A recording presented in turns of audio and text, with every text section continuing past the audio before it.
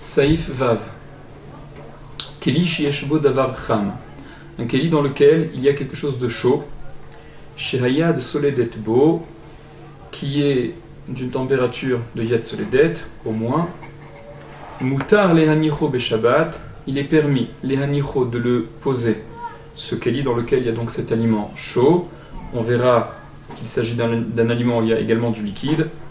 Il est permis de le poser Beshabbat, pendant Shabbat, Al-Gabe Kdera Hatuna, au-dessus d'une Kdera, d'une casserole Tumuna, c'est-à-dire qui est enveloppée, qui est recouverte pour que sa chaleur, que la chaleur de l'aliment contenu à l'intérieur de cette Kdera, de cette casserole, soit maintenue. On pourra donc mettre ce keli dans lequel il y a cet aliment qui est chaud, au-dessus de cette Kdera Tumuna, de cette casserole enveloppée, afin qu'il conserve sa chaleur et ne se refroidisse pas, afin que ce keli qu'on pose au-dessus de cette casserole enfouie, recouverte, alors ce keli qui est posé au-dessus, il va bénéficier de la chaleur qui sera conservée mieux encore grâce à la Kdera Tumuna, à la casserole recouverte, qui elle conserve sa chaleur de façon beaucoup plus continue du fait qu'elle soit Tumuna, qu'elle soit recouverte. Ve'achol la tuarpiv bebatsek, et on peut enduire l'ouverture de ce keli qu'on pose au-dessus, bebatsek, avec de la pâte, im yeshlo batsek shenalosh me'etmol, s'il a de la pâte qui a été pétrie depuis hier, depuis la veille, parce que bien évidemment on ne peut pas pétrir de pâte Shabbat, ça constitue l'une des 39 mélachot, pétrir, et l'une des mélachot représente l'un des interdits de Shabbat, c'est ce qu'on appelle l'âche. Donc, si on disposait de pâte qui avait déjà été pétrie d'avant Shabbat, on pourra même s'en servir pour fermer ce keli, de sorte à éviter qu'il y ait un appel d'air, une sortie que ça se refroidisse. Aval, mais en manichin keli sheyesh bo davar she'eno cham kolkach.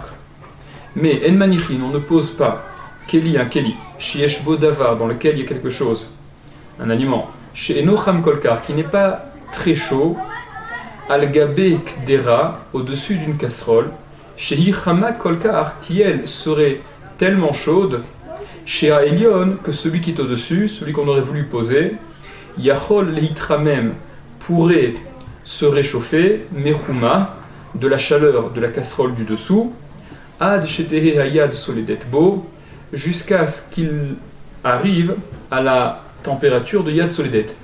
C'est-à-dire que poser un keli dans lequel il y a un aliment qui n'est pas très chaud, c'est-à-dire qui est au-dessous de Yad Soledet, et si on le posait sur cette casserole, qui elle est suffisamment chaude pour qu'elle puisse avoir pour effet de réchauffer le keli qu'on poserait au-dessus et le réchauffer à une température qui atteindrait Yad Soledet, alors ça c'est interdit. Et comme on l'a rapporté tout à l'heure, c'est ce que dira Mishnah Berurah pour finir son commentaire, on parle bien évidemment d'un keli dans lequel il y a du liquide. Et le liquide, dès lors qu'il est au-dessous de Yad Soledet, il est à nouveau sujet au bichoul, comme on verra donc dans le Mishnah Berurah.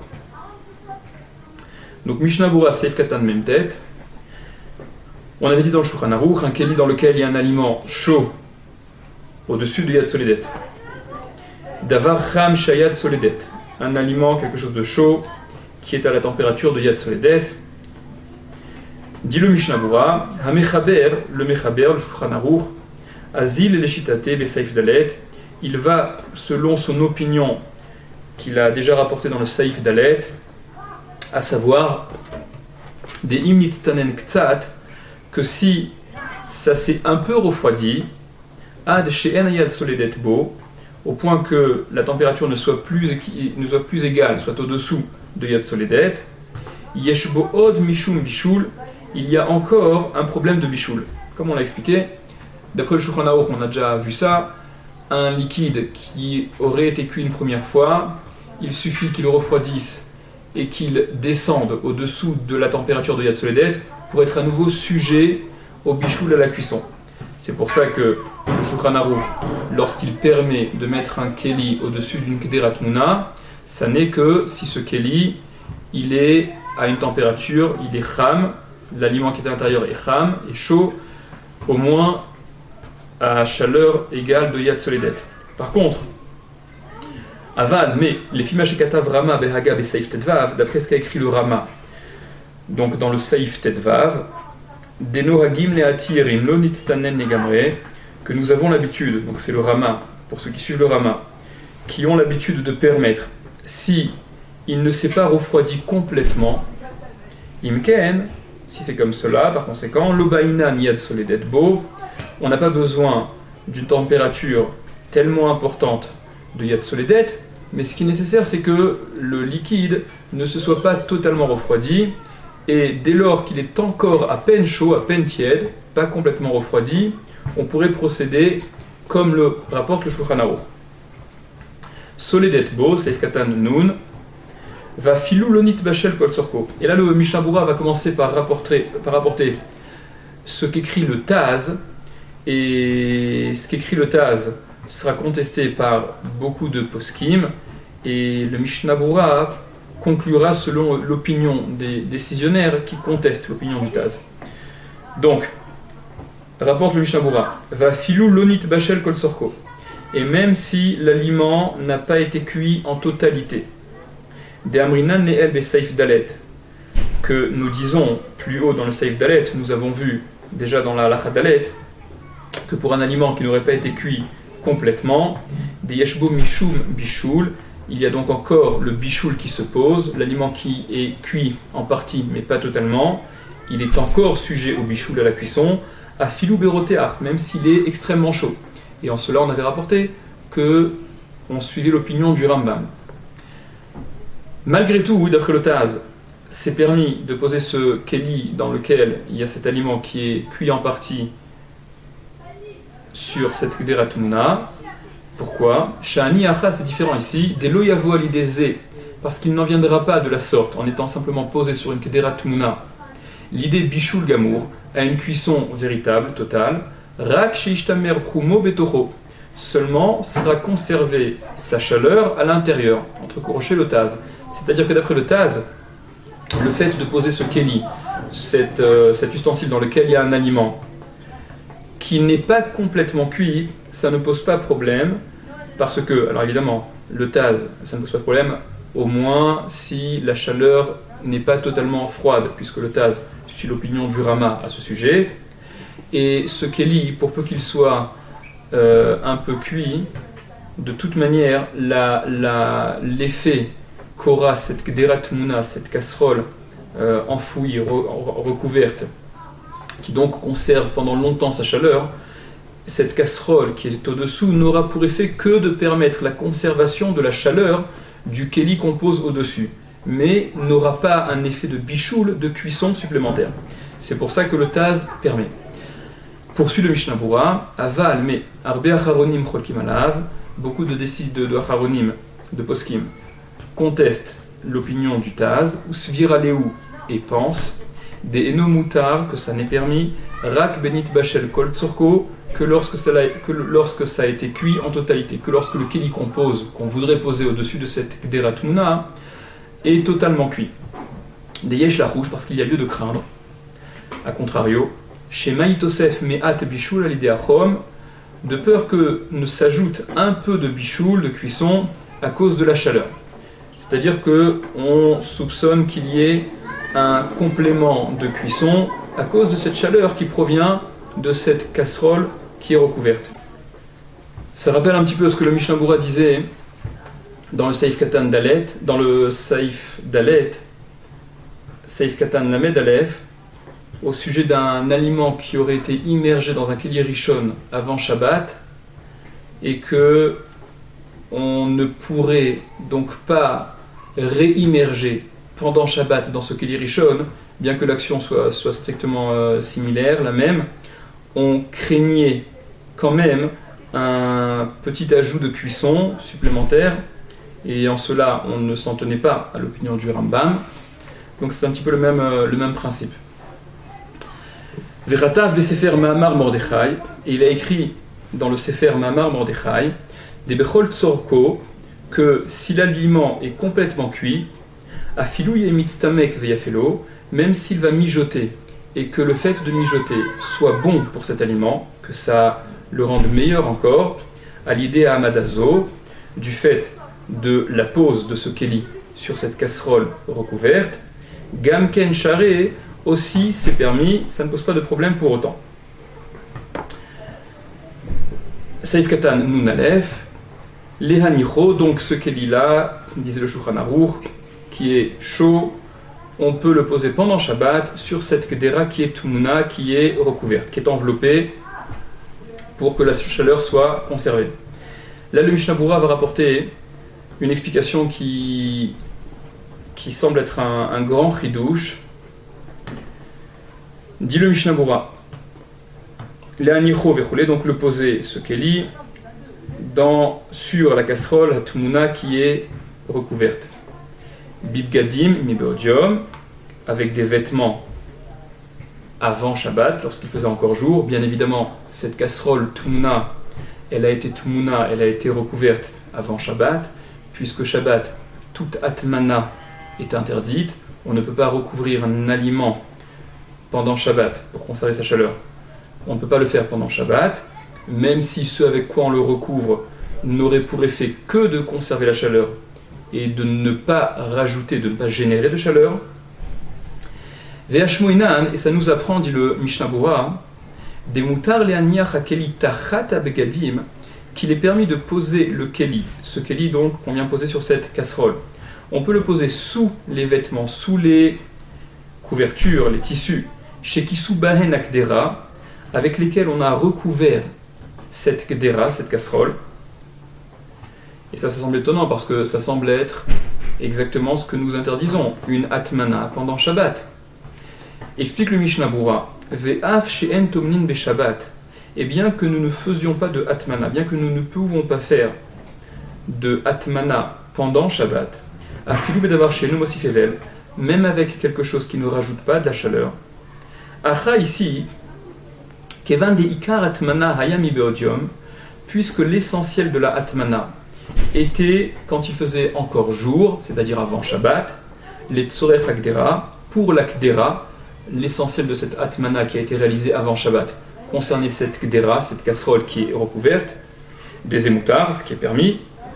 Velachen, et par conséquent, imnit galta hakdera, si elle s'est découverte, cette kdera, cette casserole, des moutards les chasota, qu'il est permis de la recouvrir, comme le dit le Shulchan Aruch, Mefourash explicitement, dans le Siman Resh Nun Zayin, Saïf Dalet.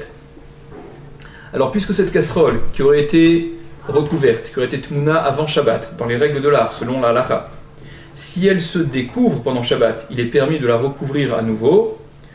Alors, mutar les chassot derech agav, il est permis de recouvrir derech agav, en passant, accessoirement, gam akeli sheshbo adavar cham, même le keli dans lequel il y a cet aliment chaud duquel nous parlons depuis le début. C'est-à-dire que ce keli qui est posé sur cette kedera bénéficiera finalement de la atmana qui concerne essentiellement la kedera, la casserole, et accessoirement, il profitera lui de cette atmana, mais ça n'entre pas, d'après le Mishnah Berurah, dans le cadre d'une atmana qui est interdite Shabbat.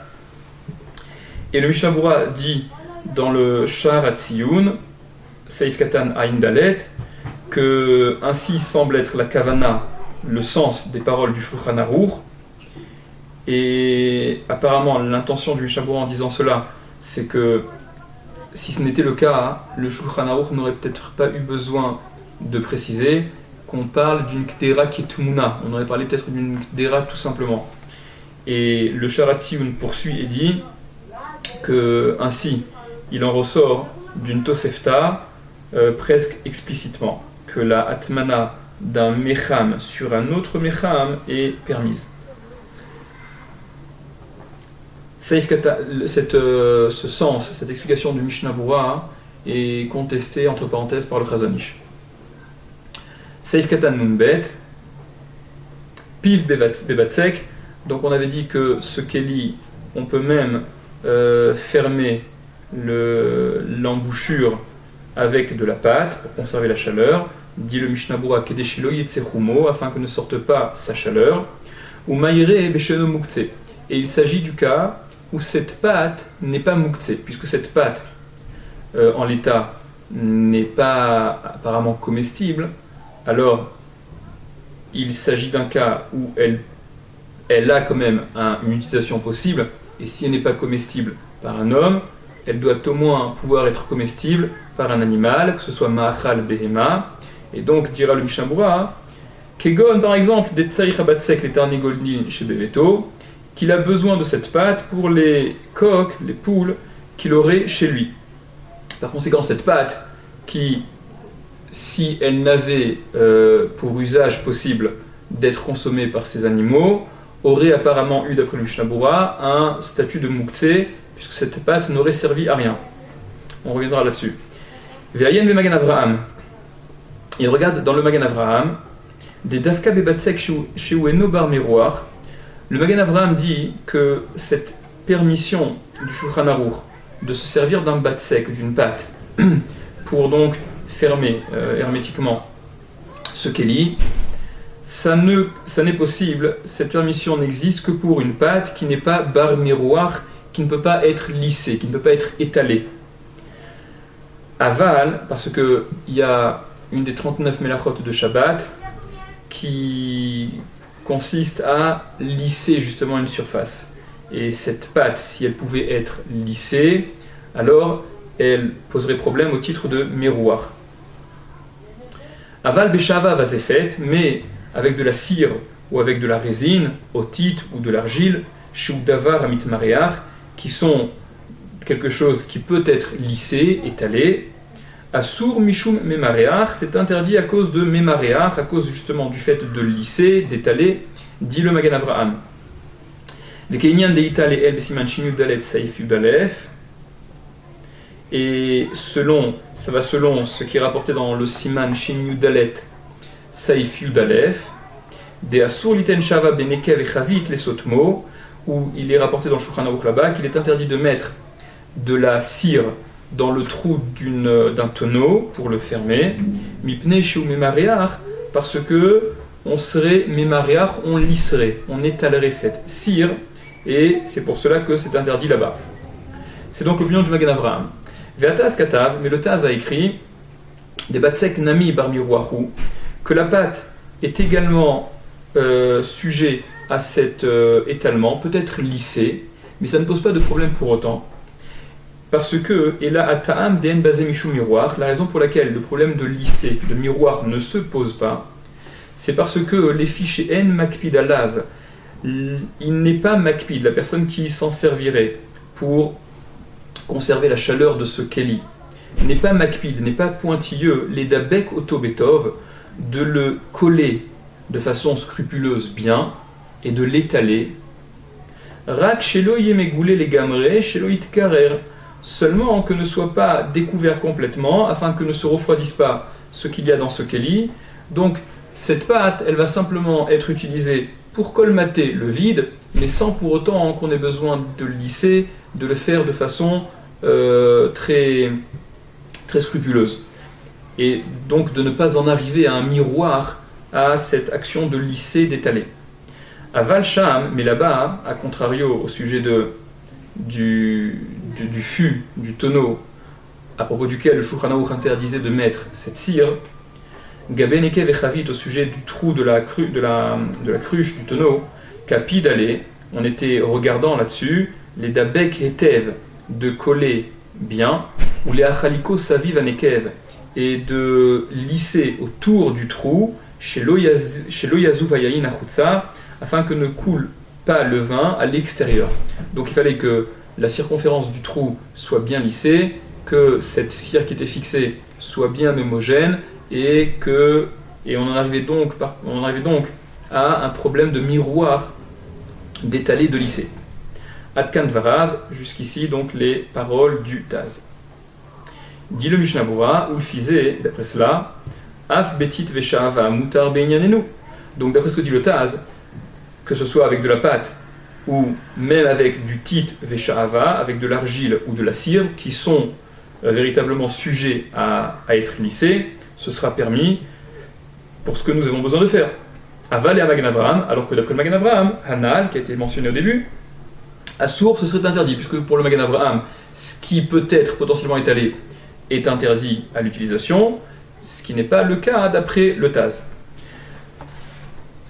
Il y a le Sefer Tosefet Oel qui fait remarquer que le Mishnah Berurah a expliqué que cette pâte n'était pas mouktsé parce qu'on avait des coqs, des poules à nourrir par exemple avec, et le Mishnah Berurah apparemment aurait pu expliquer qu'il s'agit d'une pâte sur laquelle on aurait fait un yichoud, qu'on aurait préparé la veille avant Shabbat pour s'en servir, parce que, et donc ça aurait enlevé le problème de l'mouktsé, parce que d'après ce que conclut le Mishnah Berurah, d'après ce que dit le Taz, que ça n'est pas simplement la pâte qui est permise, mais c'est tout aussi le cas de la cire ou de l'argile, et la cire et l'argile ne sont évidemment pas comestibles même par les poules ou par d'autres animaux, et par conséquent, la seule possibilité qu'il y aurait de se servir de cette cire ou de cette terre, de cette argile, ça aurait été avec une préparation, un yichoud, qu'on y ait pensé depuis la veille, depuis avant Shabbat, comme le Shulchan Aruch le rapporte d'ailleurs au sujet de la cire en question dans le siman énoncé dans le siman Shin Yudalet pour boucher le tonneau. Le Sefer Tosefet Oel relève également un second point, que ce qu'écrit le Mishnah Berurah, que cette pâte pourrait servir au coq qui se trouverait chez la personne. Apparemment, ça n'est pas nécessaire que cette personne ait en sa possession des poules, des coqs, parce que, au sujet de Mouktsé, ce qui est comestible par les animaux, à partir du moment où il s'agit d'animaux qui sont metsuin, qui sont fréquents, qui se trouvent ici et là, alors on n'a pas besoin d'en posséder à titre personnel. Voilà, pour plus d'approfondissement, s'en remettre au Sefer Tosefet Oel. Saif Katan Nun Gimel.